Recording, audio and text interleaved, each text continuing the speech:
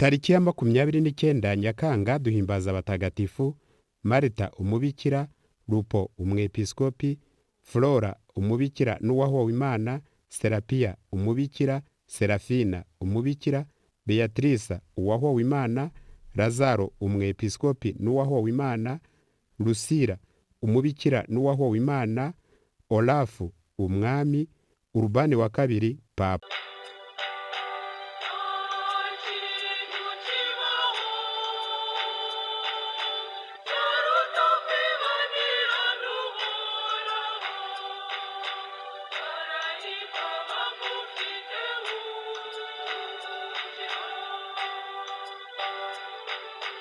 Turahimbaza mutagatifu Marita wabayeho mu kinyejana cya mbere.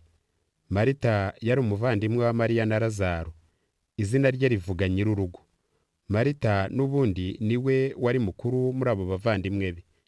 Muribuka igihe Yezu abagendereye, niwe washyashyanaga ashaka icyo yafungurira Yezu. Naho Mariya wari muto kuri we, byamurenze arangarira Yezu gusa amwumva. Marita ashatse guhamagara Mariya ngo amufashe kwakira abashyitsi, muribuka uko Yezu yamubwiye ati, Marita, Marita, ibyinshi ushyashyanamo si ingenzi, ahubwo icy'ingenzi ni icyo Mariya yahisemo, nta kukimuvutsa. Ayo magambo yayababwiraga abaganirira. Igihe musaza wabo Lazaro apfuye, Yezu akaza kumuzura, muribuka nabwo ko ari Marita wamusanganiye akamubwira ati, Nyagasani, iyo uza kuba aha musaza wanjye ntiyajyaga gupfa, n'ubu ariko nzi ko icyo uri busabe Imana cyose iri bukiguhe. Nicyo cyatumye Yezu mbere y'uko azura Lazaro yashatse ko Marita yemera ko ubwe ari Imana. Iby'izuka rya Lazaro mwabisomye mu Ivanjiri. Mwayisomyemo kandi ko igihe Yezu atumiwe n'umufarisayi ku meza ye, yamutumiranye na Lazaro n'abashiki be. Nta kindi Ivanjiri itubwira kuri Marita. Bamwe mu banditsi b'ibitekerezo bya Kiliziya bavuga ko Marita n'abavandimwe be baciwe muri Palestina bakajya mu Bufaransa i Marseille. Marita akigisha i Tarasiko, anahashinga umuryango w'ababikira. Ntawahamya ariko ukuri kwabyo. Byongeye kandi ntawahakana ko Yezu yabagororeye ijuru. Ntugakunde Imana mu magambo gusa, kuko urukundo rugaragarira mbere na mbere mu bikorwa.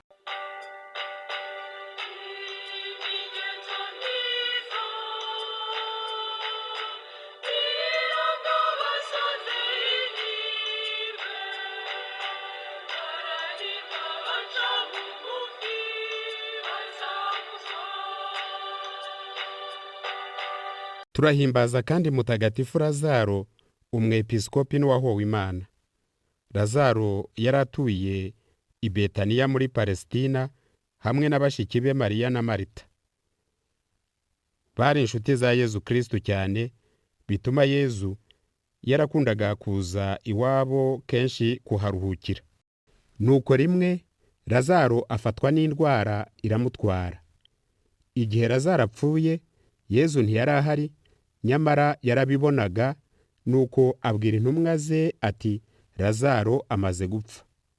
Ahera ubwo agaruka muri Yudeya. Agera kwa Mariya na Marita, Lazaro yari amaze kabiri ahambwe. Ivanjiri tubwira ko yasanze bakimuririra, nawe ararira. Rubanda ruti, yamukundaga koko, ikirinze kuriza umugabo nka Yezu. Iby'izuka rya Lazaro mwabisomye kenshi mu Ivanjiri. Mu mateka ya Kiliziya bavuga ko abanzi bayo bashatse kwica Lazaro na bashiki be, kuko bemeraga ko Yezu ari Imana, ko yabyigishije akabyerekana azura Lazaro. Imana ariko ibahagararaho, bajya i Marseille mu Bufaransa, bahigisha abambere ukwemera gutagatifu. Lazaro ahaba umwepiskopi imyaka 30 yose, hanyuma apfira Imana afite imyaka 80. Ntukagire icyo utinya niba uhorana inema ntagatifuza.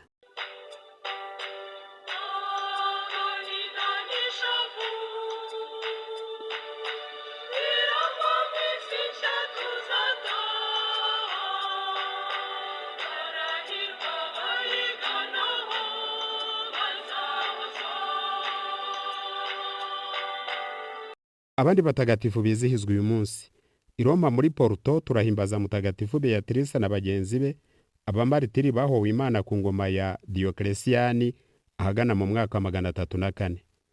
I Roma kandi turahimbaza abatagatifu Flora na Lucira, ababikira bahowe Imana bapfiriye Imana hamwe n'abandi 16 ku ngoma ya Galiyani. I Roma kandi turahimbaza mutagatifu Serapiya, umubikira wahowe Imana yapfiriye Imana ku ngoma ya Adiriyani. I Troyes mu Bufaransa turahimbaza mutagatifu Lupo, umwepiskopi witabye Imana ahagana mu mwaka wa 478.